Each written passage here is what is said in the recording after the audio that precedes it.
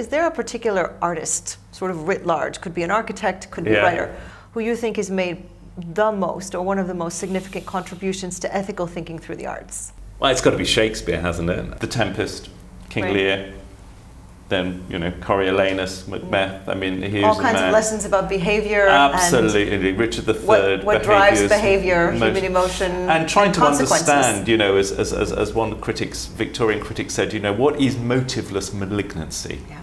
And Shakespeare, I think, whether it's some of his most evil characters like Iago, what is it that drives motiveless malignancy? And it sort of comes on to Hannah Arendt's banality of evil. Right. And yet here's somebody in the sort of 17th century talking about that utter, there's just no motive for that sort of evil. And I think Shakespeare really shows that to us so well. I think it's a fascinating example. And you raise two themes that indeed go through much of my own work, much of my own advisory work, but explain much of what we're seeing today, in my view, in ethical, how should we say it, ethical challenges. One is understanding what drives the behavior. So we tend to be very focused on particular behaviors, not nearly focused enough on what's driving them. So we might try to stamp out or implement a law that says, don't commit bribery. But until we understand what's driving the bribery, we're never actually going to eradicate it. So that's one thing. But also, you mentioned Hannah Arendt and banality.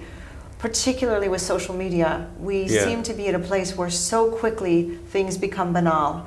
And if you think back a year or so ago when we saw beheadings, it was unbelievably shocking that something like that could appear in social media. And very quickly, the word beheading almost became banal.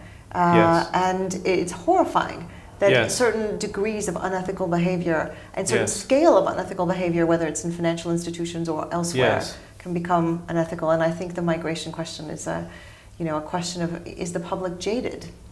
How did we ever get to the state where a beheading was put on YouTube? Exactly. I mean, how did that world come about? It is absolutely shocking and terrifying to think that something that we thought we'd left behind in the Middle Ages, putting heads on pikes, is suddenly.